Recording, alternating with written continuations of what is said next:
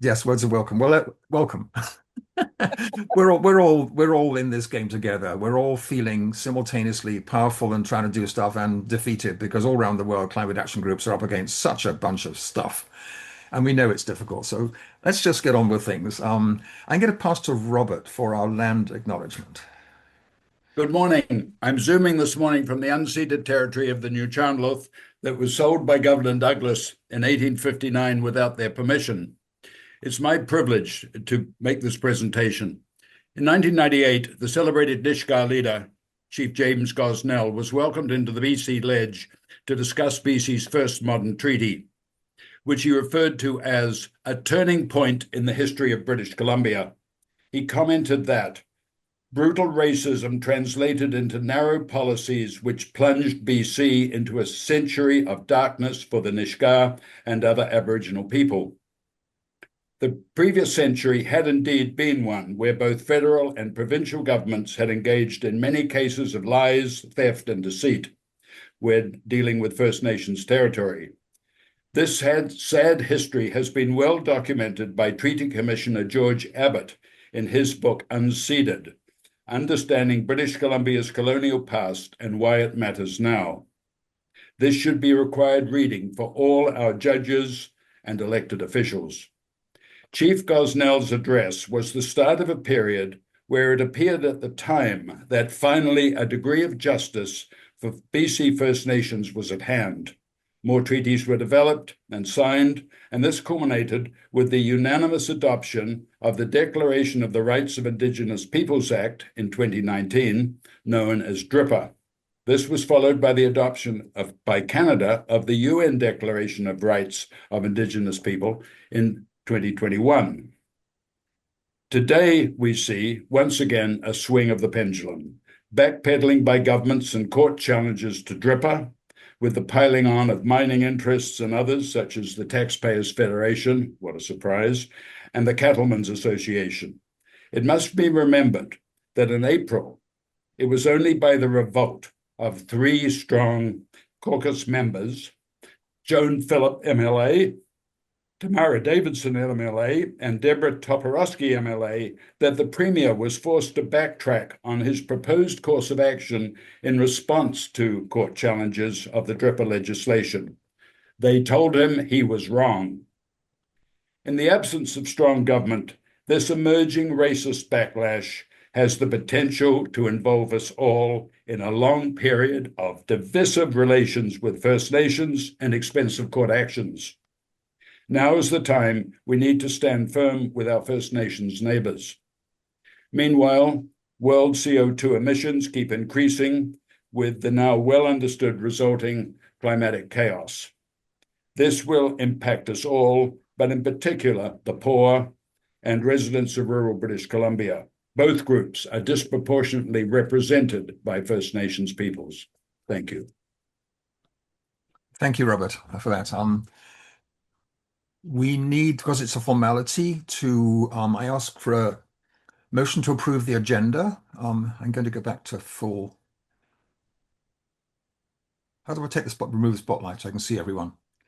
Motion to A motion approve the to agenda. someone shove the hand up to approve the agenda. Motion to move it from Doug, seconded by Laurie. All in favor, wave your hands around. Okay, that's that, Pete. Did you catch that, Catherine? Yep, I got it. I'm just Okay, and we're writing recording it into as well, right? I'm writing it into the agenda, so I'll be able to capture it later. Right. So the next thing I want to do is I need to do the minutes of the 2024 AGM. And for that, I'm just going to do a share screen. So only those of you who are present at the 2024 AGM. Let me just find my share screen thing. And I'm not going to read through all these. Basically, we've got the call to order, those who are present, non-voting attendees, land acknowledgement, confirmation of quorum, information on Bill 15, vote to approve the letter to David Eby on that, approval of the minutes, annual report, motion to accept the minutes, financial report, motion to accept, no discussion. Be it resolved to waive the auditor's thing. We need to put that into today's thing. No, we don't need to do that. Board elections, notion to accommodations, outgoing appreciation to outgoing directors, closure. I'm going to stop sharing. That was extremely brief. Is Okay. anyone who was present at last year's AGM happy to approve the minutes? Any Yeah, motion to approve the minutes. motion to Second. approve the minutes? So that hang on, let's Doug? do this in order, one at a time. Motion to approve the minutes. Robert is moving it, seconded by Tara, I see there. All in favor? Any opposed? Okay, that little piece handle. You're all familiar with AGMs. I know you know how this stuff works. I now want to go to the financial report. So Robert, you're going to. Actually, the next thing on the agenda is in memory of No, I'm Sebastian. going to come to that later, actually, because Okay. if we're doing it part of the Okay, so we just go straight to our financial report, Robert, and I'll put the slide up, and you can actually speak to it. Do slide sharing again. Yeah, okay.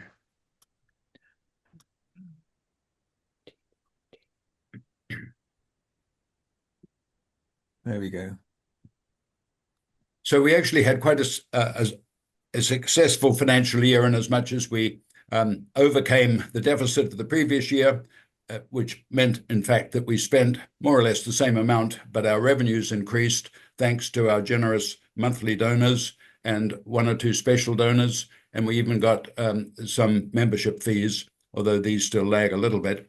But at the same time, our expenses remained roughly similar, mostly professional fees for the excellent staff support that we got on a part-time basis from Shaley. And then obviously Zoom and costs money as lunch and learns. We did take out directors' liability insurance and then miscellaneous other overheads. So the result is that the organization is going into the next year in a very healthy situation. So if I will take any questions. Any questions? Hearing none, I move along. Wait. Give people a chance. Give people a chance. Any questions on our bank balance and our finances? The way to, if you've got a question, you raise your electronic hand, then it goes to the top left-hand corner of the screen and it's easy to see.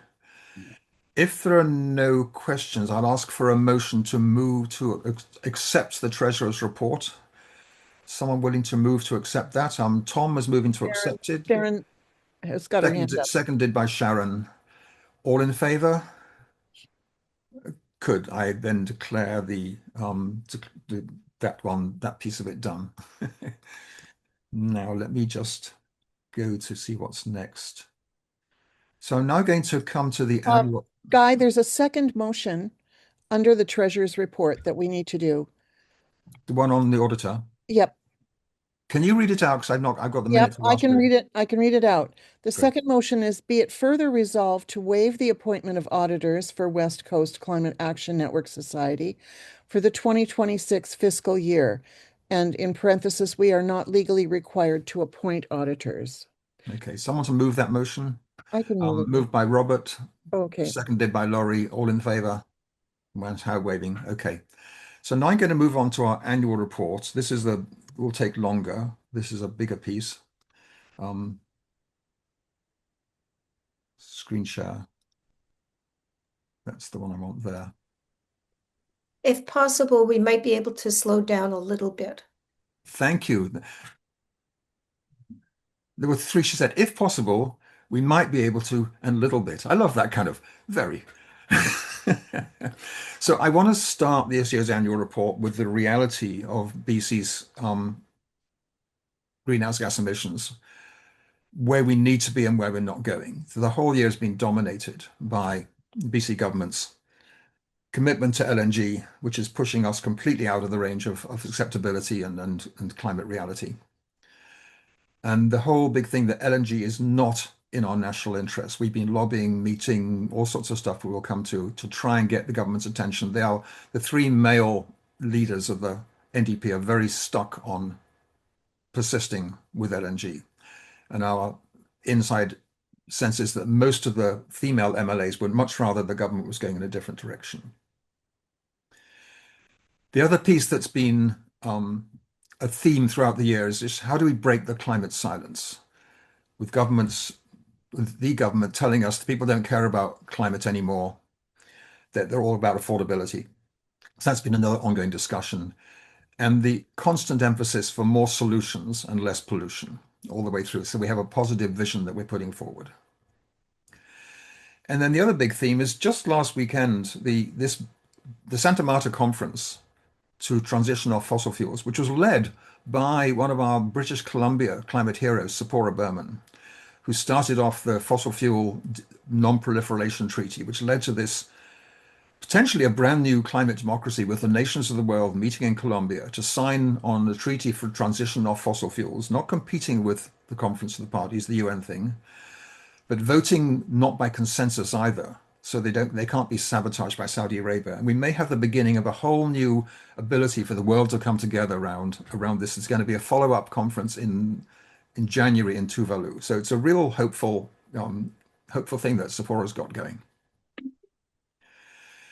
Our strategy for the year has been focused on ambitious provincial climate action, ambitious local climate action, a connected member network, a climate conscious society, and then internal organizational excellence.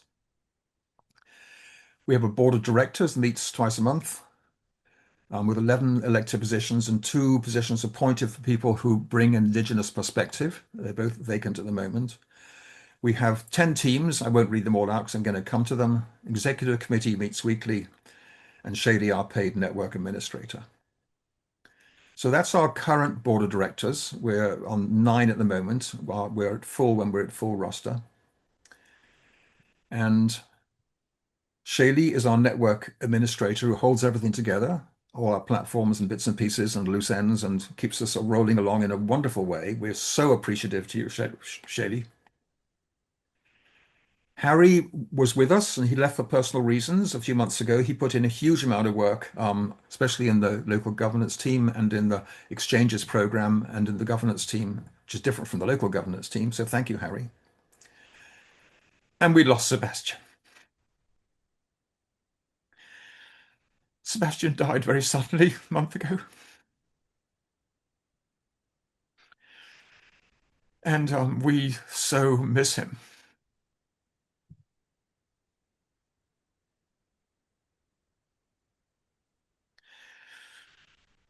Our executive committee meets every Tuesday morning to plan the week ahead and keep on top of things. Myself, Saskia is taking maternity leave off to have a baby who's now several weeks old.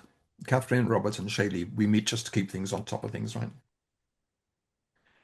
So these are all our volunteers, our Transit Alliance. I will not read all these people out. Our Transit Alliance team, our members team, provincial team, local government team, JEDI team, and communications team, in addition to the board members who are all volunteers. The only one of us who's paid for any of this is Shaylee. We're all, so these people are really, yeah, pretty fantastic. So starting with our Indigenous engagement team, the team works to build trusting relations with Indigenous leaders and the leaders of BC First Nations climate initiatives, and to advance understanding of First Nations climate actions and initiatives. Catherine, do you want me to go on reading or do you want to speak to some of this stuff? I'm happy to speak to it. Okay, I so haven't seen how you've organized well, it. I've got images for each of the lunch and learns and then images for each of the movies. Okay. Yeah, we've been working basically on 3 projects this year. We run regular as we can, lunch and learns. They take place usually at noon on a day that is convenient for a First Nations organization that is doing some kind of a climate related project. The most recent one we did was April the 22nd with the Quatsino First Nation, and they're doing a huge sustainable energy project, very inspiring. Those sessions are available offline once they're finished. If you want to get to the session and you can't do it, you'll be able to see it on video later on our website. The other project that we've been working on is regular movie nights. We offer a movie night usually it's the last Friday in the month, where we feature an Indigenous climate related film and followed by a discussion group. And some of the films that we've been offering are Wilfred Buck. That's one of the first ones we did, Incandescence. We've got one coming up at the end of May called Our Nationhood, an Alana Obumsawant film. And you can see that if you're not getting the newsletter, it would be advertised in the newsletter. But if you're not getting the newsletter, get the newsletter or go to our website and sign up to come to one of those. They're wonderful experiences. And the final thing that we were working on was our data quilt. 4 or 5 years ago, an Indigenous member of the board put together a quilt, we call it the data quilt, of all of the climate-related projects being conducted in British Columbia by Indigenous folk. Our intention was always, once we got it up and running, to turn that over to an Indigenous organization to manage. And we've just done that in the last month. We've turned it over to, I'm never going to remember this name properly. I don't have it in front of me. It's on the slide. If you look at the screen, I'm sharing it. Thank you. The Coastal First Nations Great Bear Initiative, who are doing something very similar. They've now taken our data and they're in the process of incorporating it into their own database. So it'll be even more comprehensive than it was when we had it. And that's the work that we've been doing. Cool. Thanks, Catherine. So our provincial team, Brad, do you want me to talk through this, or are you happy to take it over and go from the slides? Sure, I can do some, Guy, if you want, just to split it up. Just follow it from the slides. Yeah. Oh, sure. Okay. So our provincial team, one of the things we've been focusing on is meeting with, well, we used to meet with the Climate Action Secretariat, which is no more. So I guess we now meet with staff from the Ministry of Energy and Climate Solutions. We meet regularly with them, usually about once every 2 months, and talk through climate issues and projects that we could work in collaboration together. Through that process, we have joined a number of projects as well that are usually focused around climate engagement and climate communications, projects that often involve researchers, universities, members of government, the climate community.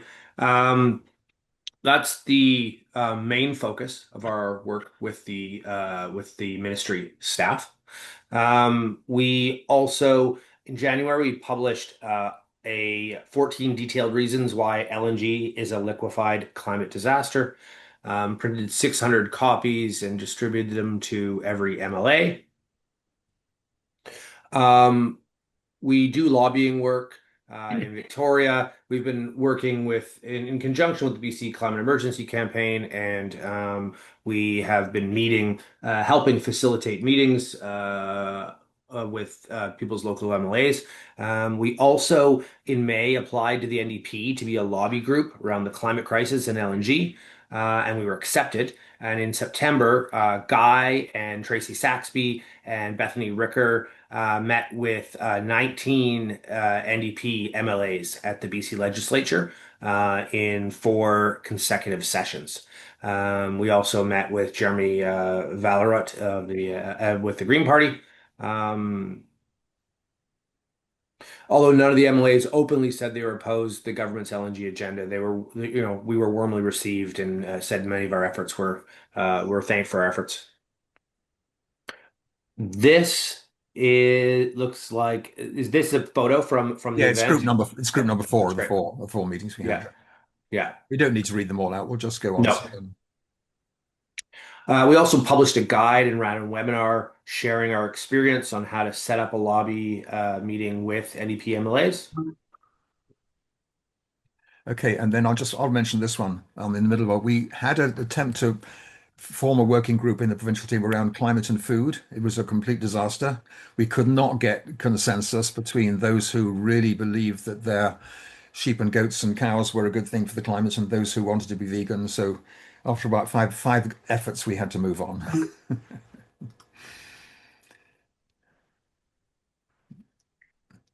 So yeah, Brad, we also did an effort around. Sebastian was keen on this one too.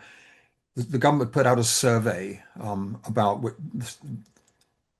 they were asking about Bill 15, which direction should we go? So we did a survey mobilization webinar to get people organized and complete the survey, which was quite a complicated thing. And Sebastian took the lead on this. And back to you, Brad. Sure. We submitted reviews, commentary about Clean BC as part of the Clean BC review that was run by Maren Smith and Dan W. Guy also wrote a Which Way Forward response which was a response to the authors of that report. We're also working on an intervention with the BC Utilities Commission. Roger is leading this. In January 2026, several of our volunteers filed questions, and we became an intervener with the BCUC regarding BC Hydro's integrated resource plan. And so these are legal proceedings that we're involved in. Back to the MLA one here. Yeah, we touched on this a little bit. Okay. Every year, the BC Climate Emergency Campaign releases a report that I'm sure all of you are aware of, and we help facilitate meetings with MLAs around that. Yeah, we've had 23 meetings held so far with in person to person. So now we're on to the local government team. Thanks, Brad. Did I miss anything on the provincial team, Brad? You're going to speak to the transit work. Yes, that comes later. Separately, because that started, like many good projects, it started in the provincial team and grew to its own thing. So yeah, we're coming to that. So the local government team, Sebastian set up this big project called We Can Together. Lily, do you want to speak to this, or shall I just? Okay, go ahead, Lily. So, October the 17th, we feel is going to be a watershed moment for all of us. That's when the municipal and school board elections are going to happen across BC. The right wing, as we know, is building momentum. They're organizing hard. They're forming voter associations, right-wing slates. They're spreading myths and disinformation ahead of the election. The polls are showing that they are rising in popular support. We're also hearing that many of our climate champions that we elected in 2022 are not running again, and that really worries us.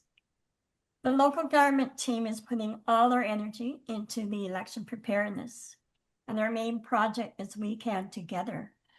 Our goal is to help our climate action groups find and support individuals who share our climate action perspectives to run for office. Before just going into We Can Together, I want to acknowledge the profound and devastating loss of Sebastian, who was our team's leader and coordinator, and he was a driving force behind We Can Together. We are dedicating ourselves to carrying his vision forward. We Can Together is a shared campaign engine for progressive groups across BC. We acknowledge that a lot of great work is done at the local level. Our aim then is to connect, create, and amplify.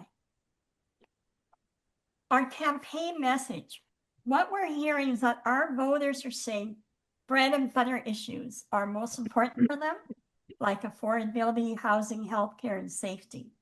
And they're looking to elect candidates who can address those issues. What we are finding, though, is that people are concerned about climate, even though that's not top of their mind. In 2022, our team focused on finding and promoting climate champions to run. After a lot of debate, we decided that in this election cycle, we would put good policy for people at the center of our story, so that climate benefits are a powerful plus, but it's not the headline for our campaign.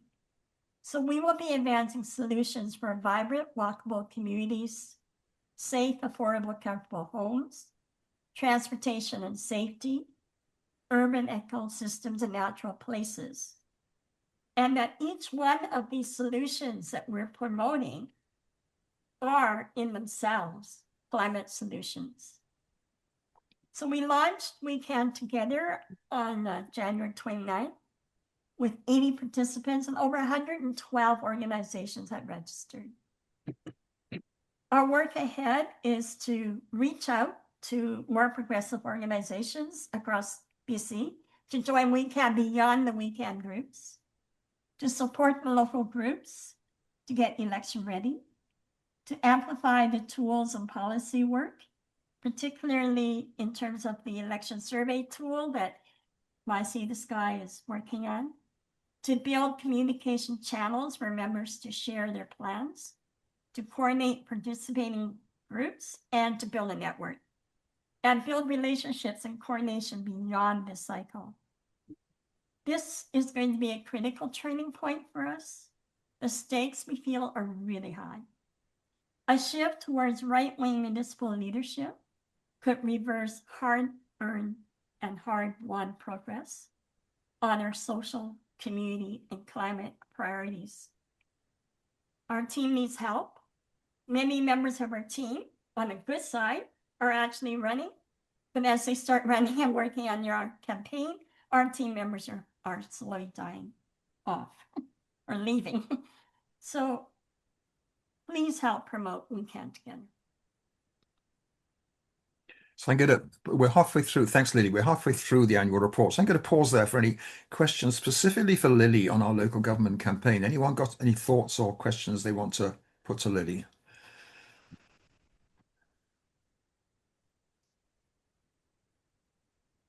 Yes, Glyn, go ahead. Yeah, one of the things that I think could be done for by those interested is go to actual schools and propose that you can take part in one of their environment lectures, especially for the older students, since the crisis is upon us in great urgency. And Sue Big Oil is doing that. But other groups could participate in that too with some success. Some of the teachers are quite amenable to that. Thanks, Glyn. Any other thoughts for Lily before we move on?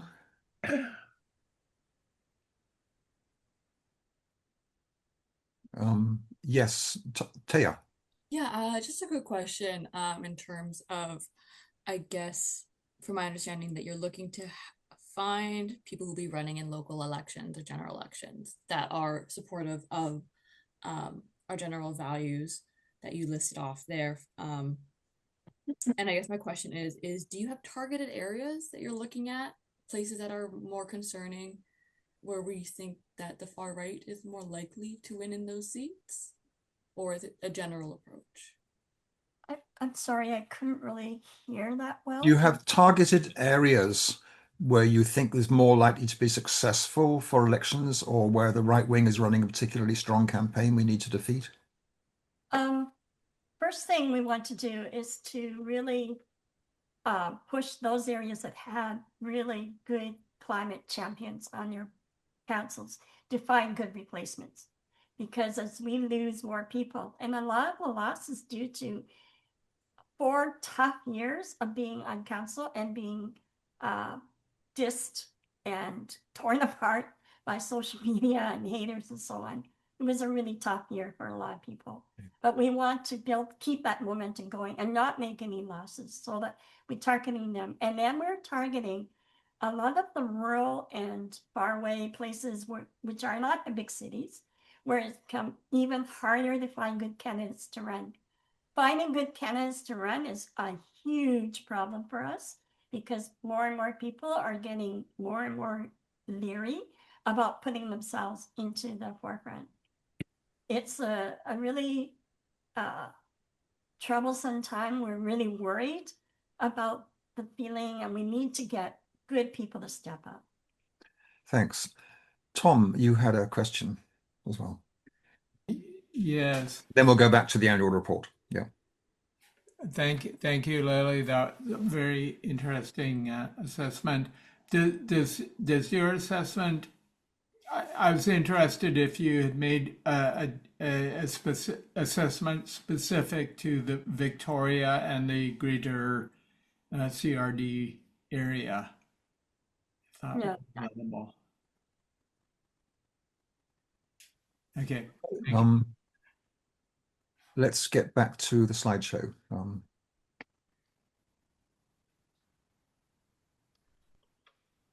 So next we have our members team.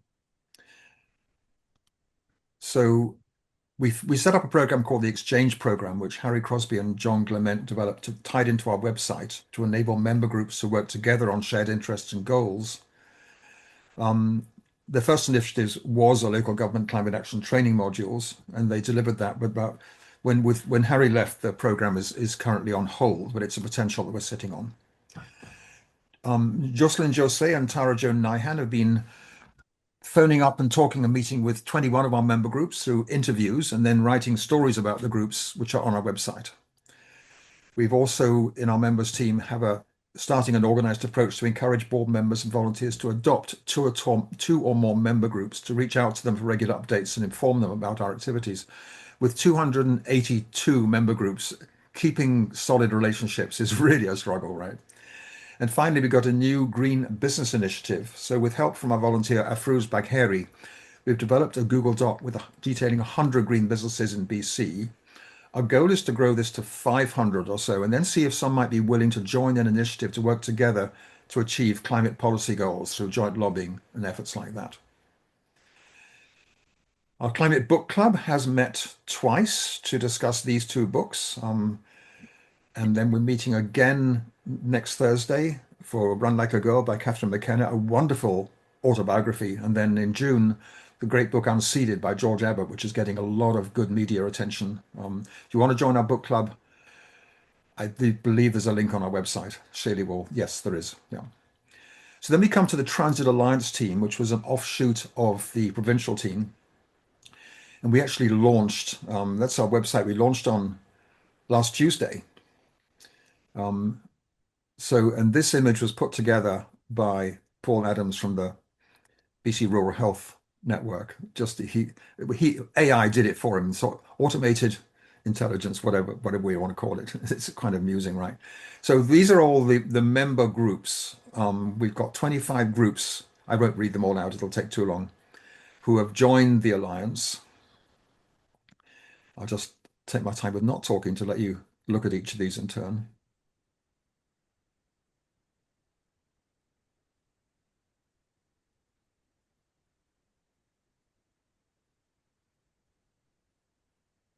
Including the BC General Employees Union down there. And that's the BC Rural Health Network that I mentioned that Paul put the cartoon together for. And then on last Tuesday, we launched. We had a great turnout with 336 people. We had George Anderson, MLA, Emily Lowen, leader of the Green Party. We got media coverage in all those things that are listed there. And we now have a really good media list. And we also have a really good outreach list for every single regional director and every single mayor and councillor with their emails throughout the province. Our next steps are to form a non-profit society, get a newsletter going, and improve our website, have a public event in June, raise $25,000 for a part-time executive director, and launch a campaign for a public intercity coach network. So it's a big project. And it's all about the people on the bus, people driving the bus, people wanting the bus. So next we have our CAPA team. CAPA stands for Climate Action Provincial Assembly, and we organize an event whenever one of the teams needed it. So back in February, we did one say, where are we going for the next 5 years? And Laurie, who's with us, she was one of our speakers there. We had one to do with our social media action project, which we'll come to with our communications team.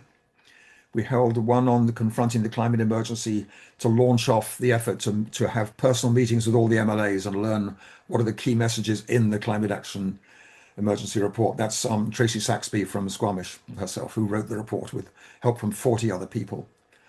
And we got another CAPA coming up in 2 weeks' time or so, Talking Climate, a new narrative. Like, what is the new language we need to learn when people are being turned off by just talking climate alone? How do we link it into affordability, housing, and all those other issues? So that'll be coming up quite soon.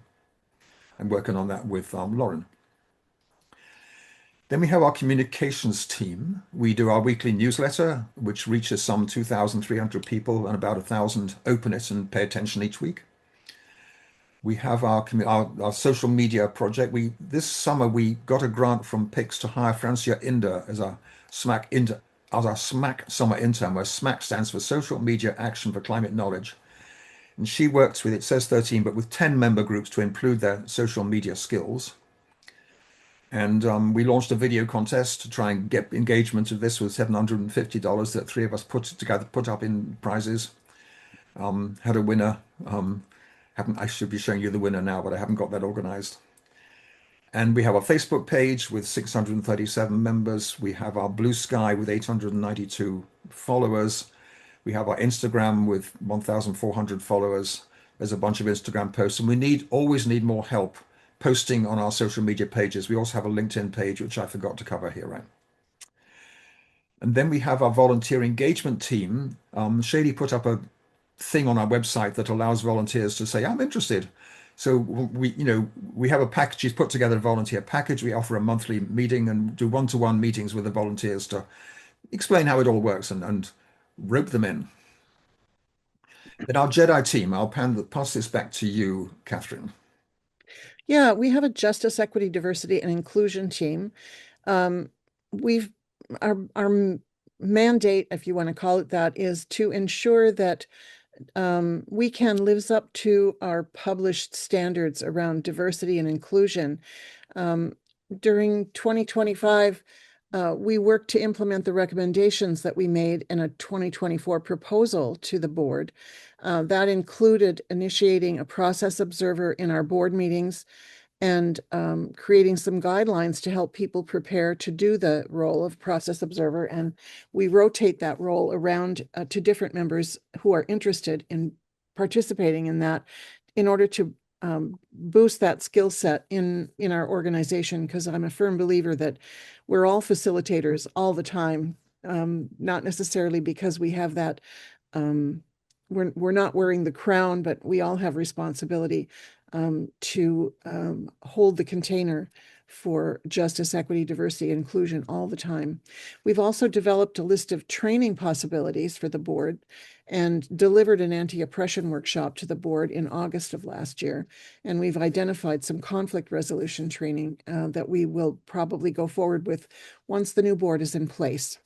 We've also helped the board develop our team agreement and a process to keep it alive and not just create a team agreement and let it sit on a server someplace. And we developed and finalized the Jedi terms of reference. We're expecting in the next year to work on a draft volunteer bill of rights that will outline what volunteers can expect from WECAN and what we expect of volunteers. And we just had a meeting this week in which we talked about the possibility of revisiting our diversity statement to see whether it still makes sense. It was developed originally 4 or 5 years ago, and we want to make sure that it stays current. Thanks, Catherine. So next we have our governance team, which meets regularly to establish clear internal policies and working arrangements for our board, executive team, and working teams. This team has been, maybe go back to that one, working on becoming a charity. So we filed for charitable status about a year ago. The response from the CRA has been good. We have to change our bylaws and our constitution because the constitution, our current constitution says that our members are groups, which they are.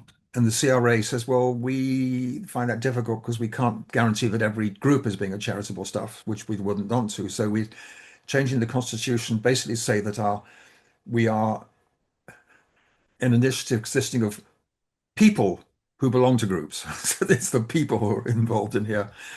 And in July, we will need to hold a special meeting to adjust our bylaws, and we'll need 20 people to give us quorum for that. And since we're already non-political regarding our party allegiances, there's no reason why becoming a charity should affect our work. Dora, I'll come to you later with your raised hand. I see that there, but I'll just finish this report first, right? Our fundraising team looks after getting the income in with our annual appeal, our 46 monthly donors, and many of you are present here. Thank you very much. Our annual membership fees and generous out of nowhere donations that sometimes, Shayla will say, oh, someone sent another $100.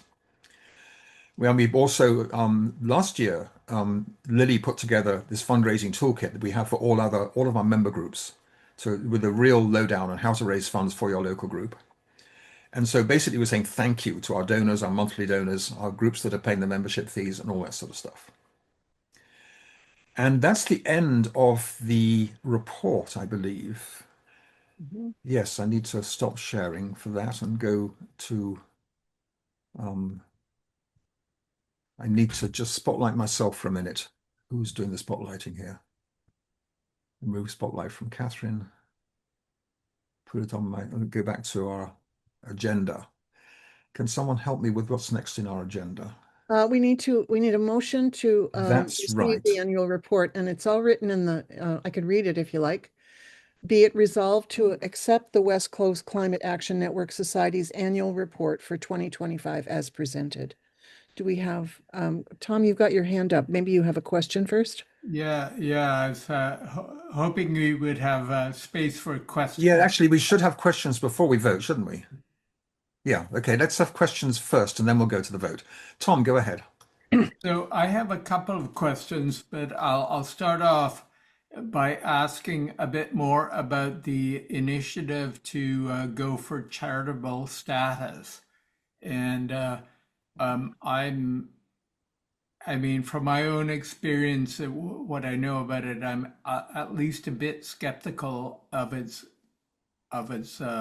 utility for a group that is mainly oriented toward advocacy. So I'd like to, if you could flesh out a bit more what the case is. Well, the real case is that there's no reason not to, because there's the financial benefit that donors will get charitable receipts and therefore we might attract more donations. Secondly, none of the foundations are interested in funding us at all unless we have charitable status. It's been a closed door. When we discussed it in person with our link person at the CRA, the definition of political means political party, means partisan political. We can do advocacy for all kinds of policies that any party could adopt. There's nothing standing in the way at all of continuing with advocacy. There's an internal perception that some board members might think we can't do advocacy, but it's not true. And we've written up documents to the CRA saying that we understand the current rules around that and stuff like that. So we don't see any reasons not to do it, except for the added paperwork it's going to involve. Go ahead, Tom. Yeah. What grants does we can hope to pursue? We've put that whole question on hold until we know that some of the foundation doors might be open to us. I mean, ideally, we'd be growing to have, permanent staff to sort of help with this. There's a huge volunteer workload going on here, but I can't speak for the rest of the board in answering that question at the moment, because without the charitable status, we'd know that every foundation door has been closed to us, basically. Thanks, Tom. Yeah, no. Okay, well, I do express a bit of skepticism about this course of action. Is BCA not a charity? Yeah, BCSEA is a charity. And did you have some? That's partly why I'm skeptical about this. Tell me what's the downside so that we have your wisdom from being with BCSEA? Well, as far as BCSEA is concerned, I would say that the COOLIT program of education in schools does benefit from municipal grants. And on that front, I would say it's probably a good thing. As far as our other activities are concerned, I would say it seems kind of irrelevant. Yeah, okay. And possibly funnels away effort. Thanks, Tom. I jumped prematurely to Eric, whose hand up was next, but thanks, Tom. Go ahead, Eric. You're muted. Yeah, no, I just want to say that I don't think we should underestimate the problem of people perceiving what charitable status means and using it actually sometimes not necessarily fully honestly to squelch work that they don't want to have happen.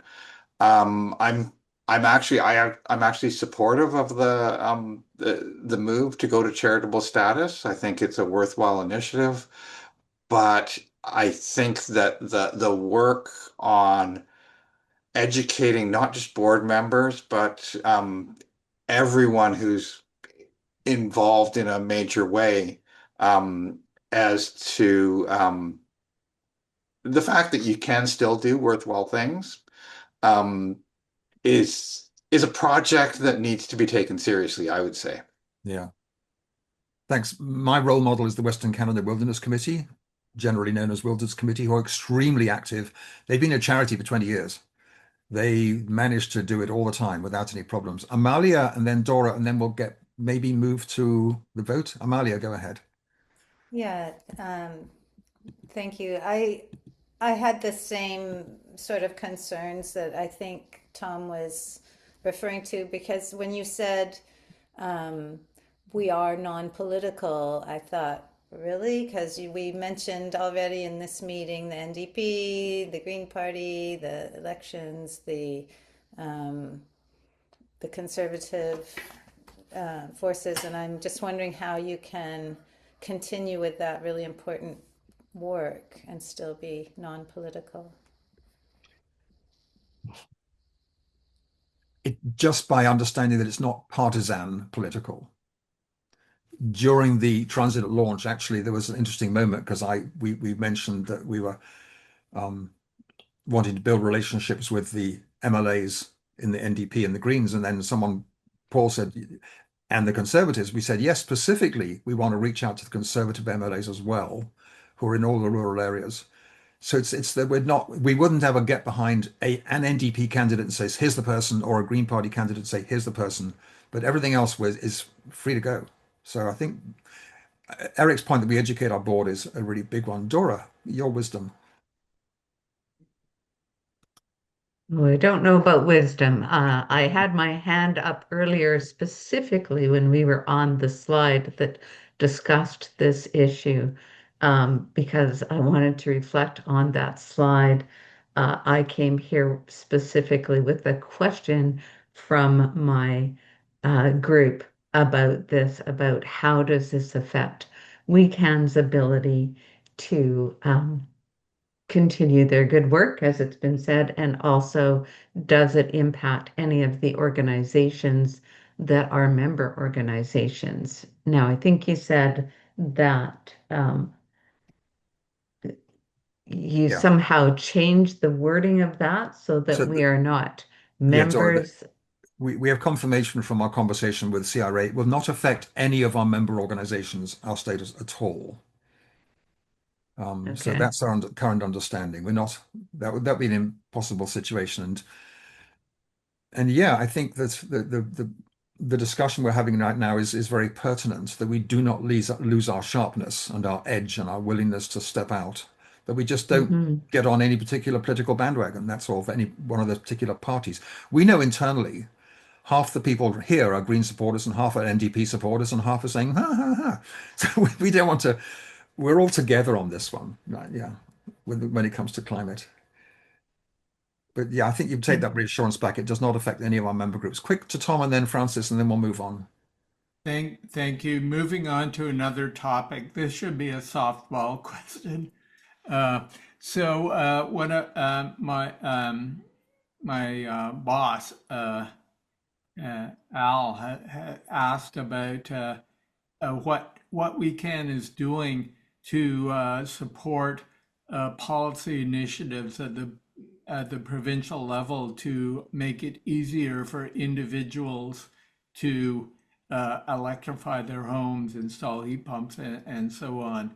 And I presume that's already covered at a high level in some of your presentation, but I just like that confirmation that WECAN is on that issue. We do not have a specific issue on that. In our provincial team, Sunil Singhal, who works with Stand.Earth with the Safe Cities campaign, is on top of the interconnection between city policy and electrification and heat pumps and stuff like that. We haven't got any current initiative rolling in that direction, especially around electrification for vehicles, for instance. We are just all volunteers, and we have to sort of watch for overload all the time. But if you have something you want to bring forward to us quickly, Lily, go ahead, and then we'll get back to our report before the time runs out on us. Well, I'd say next time you meet with the provincial reps, just bring it up. Oh yeah, we certainly do. We do bring that kind of stuff up with them, yes, but there's nothing tangible come out of it so far, unless Brad wants to add anything. No, okay. Lily, go ahead. Then Francis. Then I really have to shut the door on move on with things, right? Francis, go ahead. So before retirement, I worked for Amnesty International Canada, which is an advocacy organization, and we did political advocacy constantly, and we had charitable status. So that's my. There you go. Amnesty is very political. Yes, certainly. In terms of taking a political stand, in terms, of our local government work, we are political. We are political. We can as a political organization because we take a stand on behalf of people who are suffering from injustice. We take a stand on people who are facing the impact of climate change. We don't push partisan politics. We don't say, and therefore, you should vote Green Party or NDP or whatever. When we talk about finding good candidates to run, we're talking about finding people who share our values and perspectives. And that's why we support them. And it's not because they happen to be a Green Party member or a Conservative Party member. It's because of the values and political perspectives that we agree with and will support. Yeah. Thank you. Thanks, Lady. I want to go, Catherine, what's next on our agenda? We have a motion. That's right. Be it resolved to accept the West Coast Climate Action Network Society annual report for 2025 as presented. Someone willing to offer that? I see Doug seconded it. Tom is seconding it. All in favor, all round. Any objections? Any pause to see if there's objections coming up? Or any abstinences? What's ever the word? Absolutions is a word like that. Abstentions. That's the word, abstentions. Thanks. So that's passed. Now we have moved to the election of directors. We have 7 candidates. And it's 11, so let's have 1 minute each. We'll go in order: Jocelyn, Prama, Margot, Brad, Lauren, Saskia, and Sai. So Jocelyn, do you want to take a minute to introduce yourselves to people? Sure. Thank you, Guy. A very good morning to everybody over here. I am Jocelyn Jose, and I've been associating with Weekend for the past 1.5 years. And I am a story writer. My association with Weekend began on a crisp afternoon with an interaction with Catherine and Guy. They asked me, what can you do for Weekend? And the one thing that I told is, I can write stories for you. And the opportunity that they gave me was immense. And my writings had an opportunity to voice the various climate actions and the climate initiatives of member groups across British Columbia through our network on the newsletter. And the writings got a voice in everybody who read the stories. The major takeaway that I've had through my journey was I got to interact with every other group that I interacted with, be it the Berwick Climate Action Committee, where every other person defied the barriers of age and health to act for climate change, or the Youth Climate Corps, where they channelized their youth energy and zeal to work for the climate action and channelize their energy towards the particular solution that is required for today, that is to act for the earth, act for the climate. I got to understand the role that Weekend plays. Weekend has provided an immense platform to voice the actions that have been occurring across from remote areas to major mainland, and to let them know that we are there to help you. You are in safe hands, and whatever work you're doing, we will let other people know. We will let the world know. And when I got the invitation to be a part of the board, that was a major reason what attracted me as well. The engine that runs for taking this major action, I would love to be a part of the board. And I would love to be a part of the decisions that are being made. And just, the major contribution that I'd like to give is to learn, reflect, support, and act. Thank you. Thanks, Jocelyn. So Prama, you're up next and then followed by Margot. Thank you, Guy, and so lovely to hear from you, Jocelyn. Hi, everyone. My name is Prama. As I introduced myself previously, I'm really excited to learn more about what WeCan's doing, and I've been learning more over the last couple of weeks. A bit of background about me. I'm a program and project manager, and I've been in the BC nonprofit environmental space over the last several years. I've supported initiatives in particular that uplift youth and marginalized communities towards achieving climate action. So I was involved in the rollout of the PARX, the Park Prescriptions Program, which rolled out all across Canada to bring nature prescriptions to different communities in Canada. Currently in my work, I work at the Starfish Canada, which is a national nonprofit organization specifically focused on mobilizing, celebrating, and uplifting youth and building their capacity as leaders to create change for climate action for the future. As I learned more about WeCan's work, one of the things that stood out to me as a reality is definitely like the proliferation of organizations that are working towards the same goal across BC, but we need that platform, we need that collaboration, consolidated effort so that we can reach bigger goals. So I would love to be able to contribute to that mission and goal, and that's why I've decided to apply to be a member of the board. That's fabulous. Thank you, Prama. Margot, you're up next. Hello, everybody. Lovely to meet you indirectly so far. I have come to the WeCan board with a 30 years commercial and nonprofit experience in a variety of sectors, and now, most recently, I completed a climate change master's at the University of Waterloo. And I have to say, one of the take-homes for me from that study and work involved is that in a complex world, getting more so with rapid change, the institution that we can generally say that WeCan is building and developing is the hallmark for sustainable, enduring, and surviving change that is difficult to predict.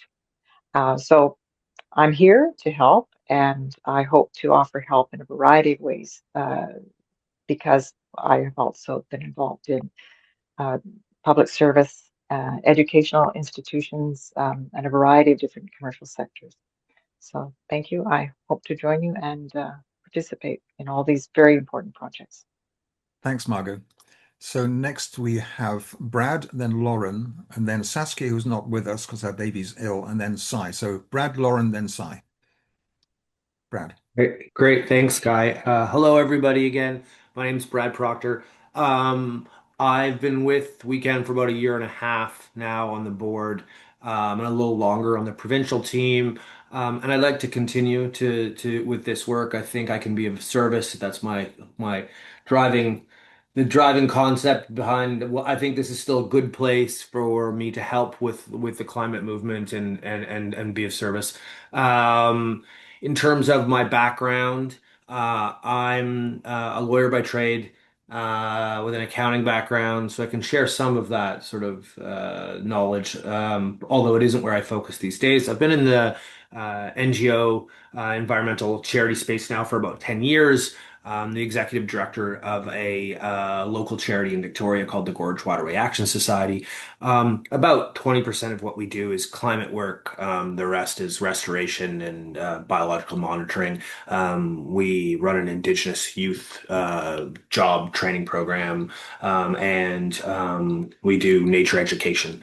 And I think something I'd also like to help with WeCan if I can in the coming years is GWAS 10 years ago was all volunteer run, volunteer board, all doing the heavy lifting. And over the last decade, we've sort of transitioned to 5-6 staff in the winter and 30 in the summer, and sort of a budget from $0 to $500,000, largely grant supported. And so do lots of grant writing. And so depending on where the future lies for WeCan and how it wants to change and grow, I think there's some supports that I can provide there as well. And then in climate space, I'm on the BC Climate Emergency Campaign Steering Committee. work with SciCan locally, with Jane, and in ECO with Francis. And I'd like to actually get involved in the local government team in the coming year with We Can to help a little bit there. I haven't spent any time with that team yet, and I'd love to help support that work. Thanks very much. Cool. Thanks, Brad. Lauren, you're next. Good morning, everyone, as well. My name is Lauren Touchon. I'm a professor at Vancouver Island University with a specialty in climate policy, energy policy, disaster and emergency management, particularly actually human-made disasters and natural disasters. I'm an emergency responder, so I get deployed across BC, sometimes even across Canada, to evacuate populations. I was here on the island. I've been deployed with the Cameron Bluffs wildfires. So I bring that skill basically to We Can. On the top of being a professor, I'm actually the director of the Mount Arrowsmith Biosphere Region Research Institute, and it's one of the 3 biospheres here in British Columbia. So there is Cloyokut as well as Howe Sound. And so I also bring that work to We Can as much as possible. I've been with We Can for about a year now. I've been involved in the local government, some of the provincial government teams. I haven't been able to attend the meetings over the past 5 months because the time was conflicting with my teaching schedule. I was teaching when the meetings were happening, and unfortunately, cloning is not one of my skills, so I was not able to be at 2 places at once. Nonetheless, I've been involved in the governance team, and hopefully this month I'll be able to become team lead of the governance team and support basically the organization using my political science background. I think I didn't mention that, but I'm a public policy, public administration, public management expert. So yeah, I really look forward to the next 2 years. I was actually replacing a departing board member, and that's why actually I have to run for election this year. This would open up a 2-year mandate where I think I would be able to contribute quite a lot to the organizations using research capacity, as well as all the resources. Obviously, I have as a director of a research center, as a political scientist, at some of the work I'm currently doing. And just to add that I do a lot of work on Indigenous policy as well. I'm finishing up 2 books, one on missing murdered Indigenous women, girls, 2 spirits, and one on the TRC. And I do also a lot of work on Indigenous human trafficking, as human trafficking is going up in British Columbia. This is a hidden shame, a humongous challenge that we do not talk about. And this is actually directly related to climate change as well as natural disasters. So I look forward to contributing, and if you have any questions, I'm always available. Thank you so much.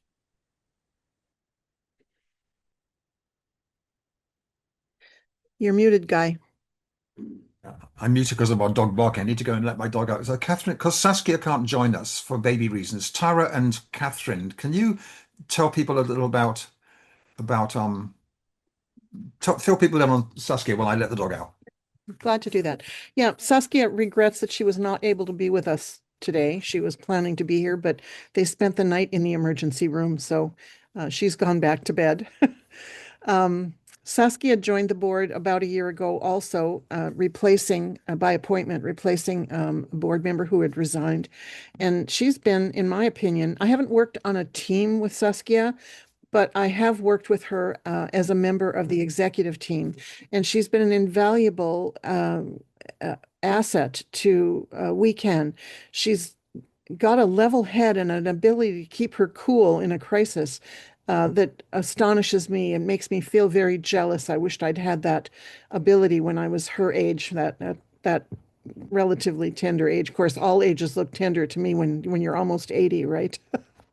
And I can't say enough about her. I've missed her a great deal while she's on maternity leave, and I'm looking forward to her coming back. Over to you, Tara.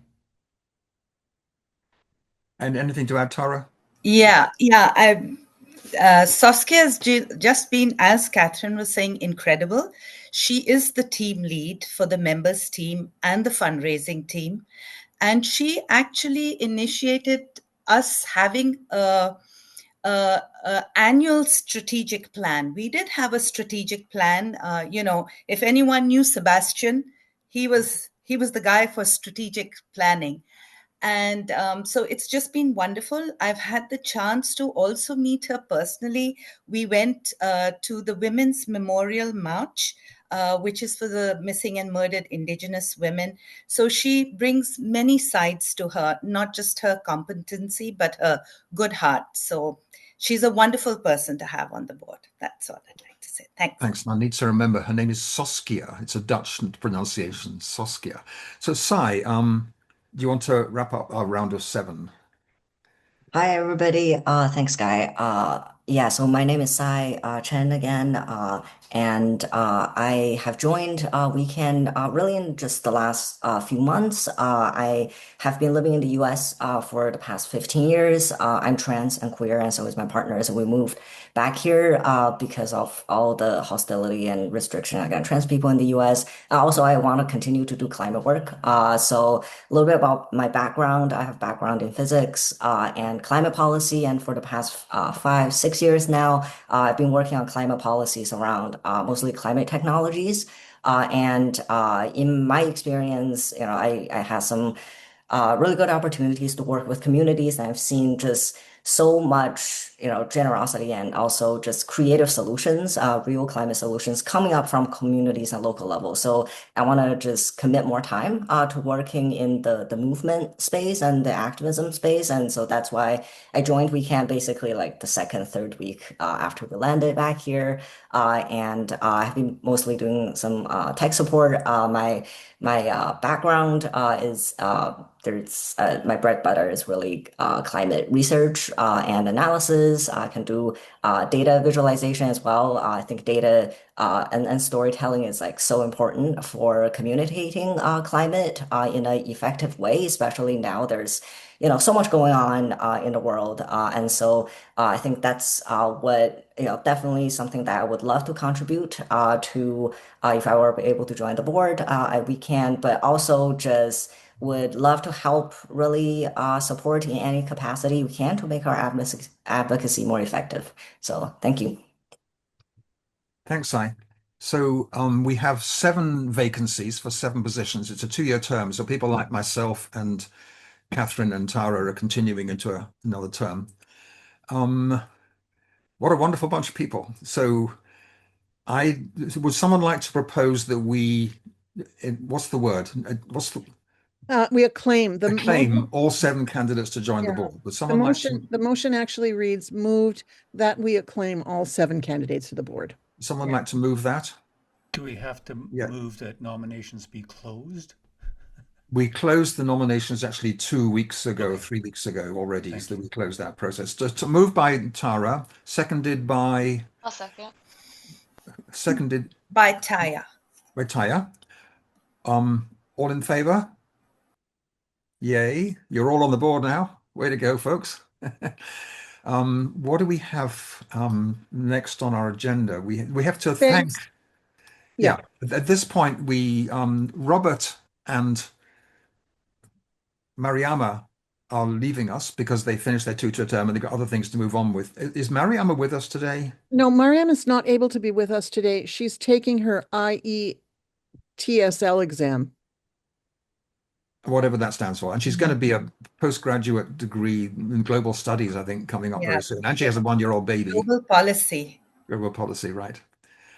So thanks to Mariama and Robert, so many thanks to you. You've shouldered the treasurer role and the BC Utilities Commission role, and you bring a humor and good sense all the time. It's been wonderful having you for 2 years. Do you want to go on, say something to us all, amuse us all? Thank you, Guy, for those kind words. No, it has been a pleasure. It's been a learning experience, and I will remain a volunteer. Thanks. So then, next thing on the agenda is other business / questions from the membership. So I'm going to share the slides, share the screen share on this one. Actually, I put it on one there. We have a motion on the floor. I've just got to pull up the slide from the Victoria Secular Humanist Association. Where is it? Scrolling all the way down. There we are.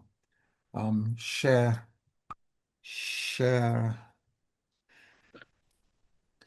So we have this motion from the floor that WECAN attempts to have all its participant members and allies focus on a significant reduction of fossil fuel extraction and burning, accompanied by any emerging realistic methods of reduction of the present stock of greenhouse gases wherever found, not only in the atmosphere.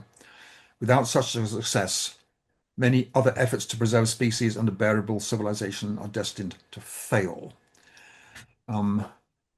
This was brought by the Victoria. Does a motion like this need seconding before we discuss it? Any motion needs to be seconded. Yes. Is anyone willing to second this motion from Victoria Secular, seconded by Tara? Then, to me, this is a wonderful, positive affirmation of the work we are doing, need to do more of. I see nothing in it to disagree with at all. But does anyone want discussion around this from anyone before we go ahead and say yes to this? A big yes. Yes, Glyn, you're waving your hand down there. Do you want to speak to us? You brought this forward. Go ahead. Yes, the reason why I brought this motion is because when I have been attending various Zooms or going in person to meetings for groups that may or may not be members of WECAN, I have noticed that they're all going down their rabbit holes, certainly within their own memberships, and by extension, I presume, in their relationships with the general public. And I see this as a problem of our society, which may be, though I can't know it for sure, in a lot of our member groups in WECAN, that we will tend to be somewhat down our own rabbit holes, not necessarily in our own silos, but I think it's very important that we keep it in mind to make a connection very publicly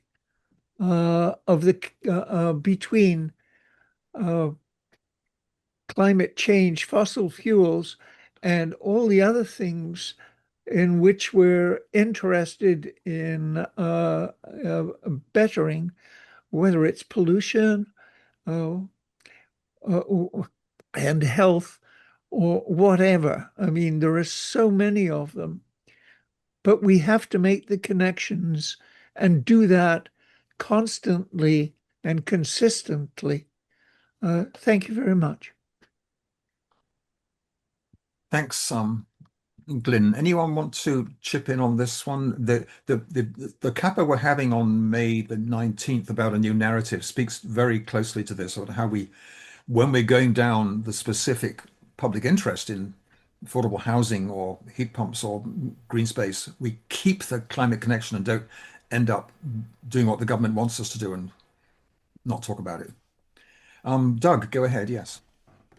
I like the motion, and I like the fact that it's probably pretty much a core value of most of the environmental groups. I'm just wondering what the implications are for WECAN for adopting it in terms of all of the different committees and programs and things, CAPAs that we try to run, and how, if everything will have to match up with that, or if it becomes just like a vision, mission, value statement. Like, where does it sit? So I can't speak for all our teams and for the board, but just personally, it's like a glove that fits on really easily. It's not a challenge, any of the wording, the intention. Glyn and I are of the same mind totally about this one. Anyone else want to chip in? Any of our existing or new board members want to chip in? Margot's got her hand up. I didn't see that. She didn't. Thank you. I'm sorry. I can't raise Margot, it yeah, okay, gotcha. Sorry. Go ahead. Thank you. I love the principle and the strength of the position.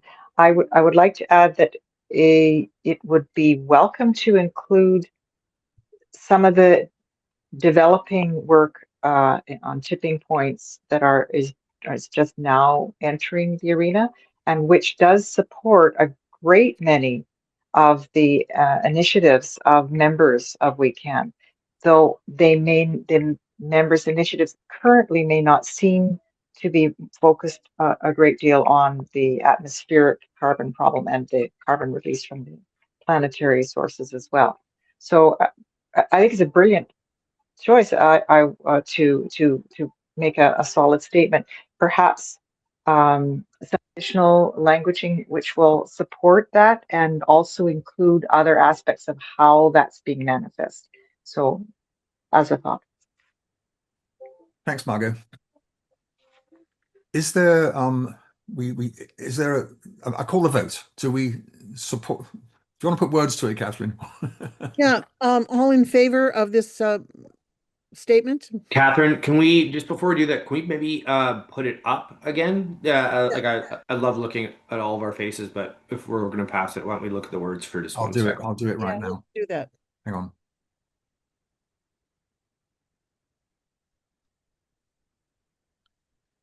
There it is in the middle of our script there.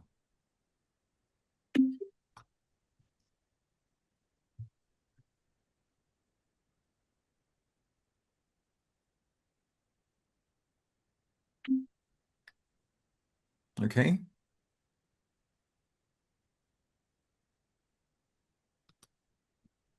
Okay. Brad, all good with you?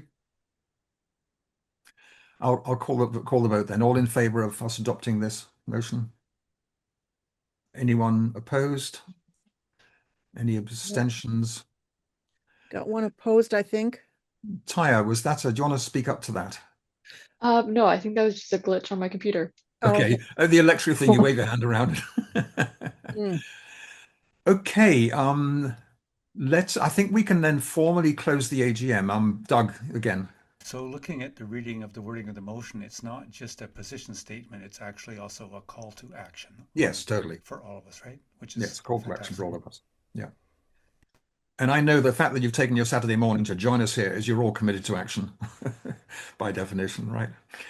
I'm going to ask for a motion to close the AGM, and then we continue discussing afterwards. Anyone like to, have I missed anything, Catherine? Just closing words, which it sounds like that's what you're doing. Yeah. Guy, yes, did you anyone? want to say something about Sebastian? You said you'd leave it. We did earlier. Oh. What I said was a minute of pure silence. I couldn't get the words out. We miss him. Yeah. A motion to end our AGM from someone? I'll move it. Oh, well, Lynn got there first, and Lynn Taylor, and seconded by Tara got there. All in favor of closing the AGM? Yay, we've done it for another year. Now we can stay on the line. Max, you had your hand up. When meeting's officially over, we can go ahead, Max. I want to say thank you to everybody who showed up for this meeting on a Saturday morning. Yes. We appreciate that. Yes. Max, were you waving goodbye? Did you want to chip in? No. So I was just voting in favor of the last motion. Okay, right. Yeah. So look, we can have 10 minutes if you want, just to sort of share thoughts, be whatever together before we take off for what's locally is looking like a nice sunny day. We all raise our heads to look out the window.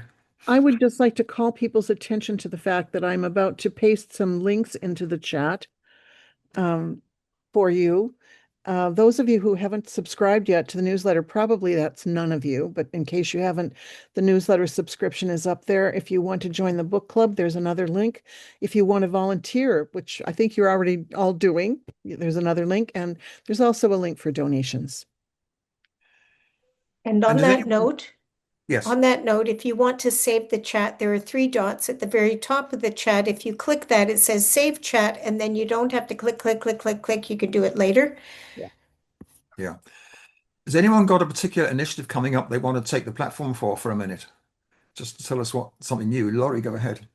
I just want to let everybody know who's still here about the Seniors for Climate BC and national push to break through the climate silence. There's a lot going on, I think, in the Lower Mainland, Delta, and around, and of course in the Okanagan, because we do everything.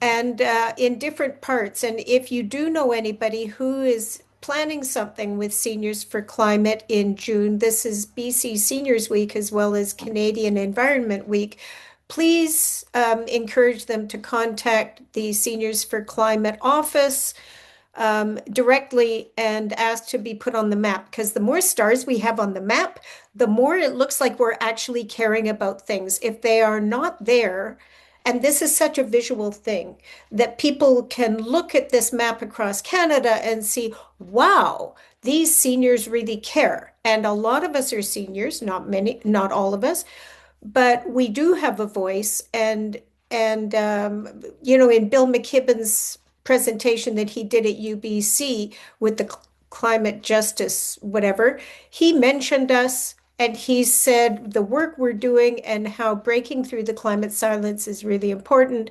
So thank you, WeCan, for always highlighting things and being such a powerful place where we can all come together and work on whatever we're working on together, because everyone in the province has their own focus, their own issue, but this is really a way that we can collaborate.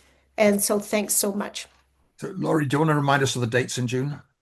Well, all around, it's sort of June 1st to 7th. It's a whole week in First week. Canada. And yeah, the first week in June. And everyone's doing something different on a different day. Yeah. Thanks. And if you want to start something, we're having our meeting next Wednesday at 3:30 online to get people to mobilize and get active. And you can put that in the chat and we'll put it in the newsletter as well. Dora, go ahead. You're muted. Yeah. Thanks. I just wanted to, let you guys know that our group did a toxic trivia event from the 350.org. I don't know whether you've seen their stuff come out, but I was able to get a copy of their trivia cards, and very focused on the oil and gas industry in Canada, and a lot on BC. And we found that the trivia event was well attended and really created some really fabulous conversation. So if anybody's interested in finding out more about that, they can certainly get a hold of me or the Greater Victoria Climate Hub. I also wanted to thank Laurie very much. And I don't know whether for her group and the seniors and their conversation, I think that's a great initiative. And I don't know whether they'd be able or are interested in putting things on the map like the toxic trivia events. So Yeah, I saw that when the Toronto 350 group created that game, I thought this looks like fun. And the NIMO Yeah. Climate Action Hub is going to set up an evening for it as well, right? yeah, So, yeah. and you can make your own cards. We and are make- too. aren't we? Oh, their cards are all great, and they send them to you, and they'll give you money for pizza. Yeah. The Seniors for Climate National looks after that map, and it's Seniors for Climate Action. So if you just make yourself a Seniors for Climate member, you got the ability to post something. Okay. Thanks. Okay. Francis, go ahead. Well, thank you so much, Guy, and to your entire board and everyone on this for everything you're doing. And I just want to remind you all that Creatively United, we curate a newsletter as well as we can. So the more people who get news, the better, because we're all trying to get the word out. Don't forget, we have a newsletter. It goes out to 5,000 people, and we curate from our event calendar, and we have a ton of resources. So if you want to share anything, I just want to remind you to use it. We also have a directory of nonprofits with over 270 listed there. And I'm a volunteer, and so is everyone as well. So we're not after anybody's funding. We're just in this together. So thank you, everyone, for what you do. And I just want Thanks. to continue promoting you. And Francis, you've been doing this for so long. You're such a hero to us all. So many thanks. Been a long time. You're right. Thank you. Eric, go ahead. Yeah, I just wanted to say that Climate Justice Victoria is doing a number of socials aimed at basically defragmenting the environmental movement in Victoria, which is a place with an awful lot of climate groups, and very seldom do we really come together to do things jointly that kind of have a bigger impact. And I'm going to put the details for our next social, which is Sunday, June 7th. But I also just wanted to mention the Seniors for Climate and Climate Silence Day of Action. I'm talking to the Victoria group about not just having that as a seniors action, but drawing other groups in, potentially a youth climate group, and yeah, making our movement more united and effective, and yeah, upping the game, and I'm also going to, on the end climate silence thing, I think that it's at an event like this, it's worth noting that the climate crisis is really kind of obvious this week on the South Coast, where the campfire ban has come into effect a full month earlier than ever before. Yeah. So I think that if we're going to be ending the climate silence, we need to be hammering and getting the information like that out there, because the media is going to bury the real news in the last paragraph. Totally. Thanks. Brad, go ahead. Thanks, Guy. Thanks for sharing that, Eric. I'm look forward to those social details. That weekend looks like a great, busy social climate weekend. The day before, on June 6th, we're having a poetry event at Cafe Fantastico in Victoria, hosted by the BC Climate Emergency Campaign, the Georgia Strait Alliance, which does lots of biodiversity advocacy work, and Gorge Waterway Action Society. I'll send out something through Weekend in the newsletter, and through Francis, and through the BC Climate Emergency Campaign to send you all the poster, but just wanted to get it into your calendar. It's for those that have poetry to read, but also we're encouraging people to bring climate and ocean focused poetry that speaks to them, that they didn't write, that they want to share with everyone as well. So hope to see some of you there. Great, thanks. And Glyn, over to you. I just want to I tell you that our next lecture in the series is on politics and technology, and it's being held at the Cook Street Activity Center at 380 Cook Street at 7 o'clock on the 20th, the third Wednesday. And the speaker is Colin Cheer, who is a prof at UVic. Anyway, thanks. That's great. Our next one. Okay, and Dora, I think you'll wrap up for the evening, for the morning. Oh, goodness. Yeah. Sorry. And I just wanted to ask or comment that I'm wondering, how do I put it? We all seem to be under this impression. I think the narrative is by the media and maybe the politicians more than anything, that people aren't coming to them about climate. And I would just like to propose that perhaps that isn't true. I know everybody here has come to their politicians, local and otherwise, about their climate concerns. I'm sure of it. And I just wonder how we push back against the narrative that's being put out there into the public. Come to our event on the 19th. I want to wrap this up by telling a little story that's sort of directly related to what you're saying there. In Nanaimo right now, there's a big struggle going on to save an area called the Cable Bay Trail, which is close to Harmac, to the east side of Nanaimo. And the Harmac want to rezone a whole chunk of land next to the Cable Bay Trail as heavy industrial, smokestacks, noise, the works. We went to public hearing. We had 3 nights of public hearings. We had 900 submissions from the public, 97% of whom said, do not sacrifice the green space, the beauty of nature. in the 3 nights of public hearings over 11 hours. The first night, it was about 90%, 95% in saying no. The second night, it was 100% saying no. The third night, it was 65 people saying no and 2 saying yes.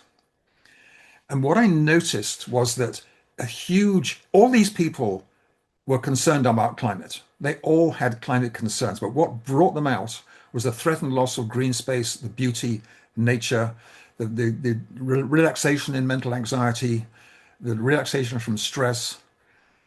And the passion with which they spoke was, just to sit there through 11 hours was so impressive. The quality of the people and how they spoke. And they all had climate in the back pocket. I mean, maybe, 10 of them were bringing it out specifically, but you knew that there was concern they all had. So I just wanted to sort of wrap up by emphasizing that this brought them out of the woodwork with huge concern, the implicit love for nature that people had, and they were determined not to sacrifice it or lose it. We were down at Dod Narrows, which is a bit away from where the immediate industry is. Dod Narrows is where the water narrows down to a very tight tidal flow between Mudge Island and the Nanaimo Harbour.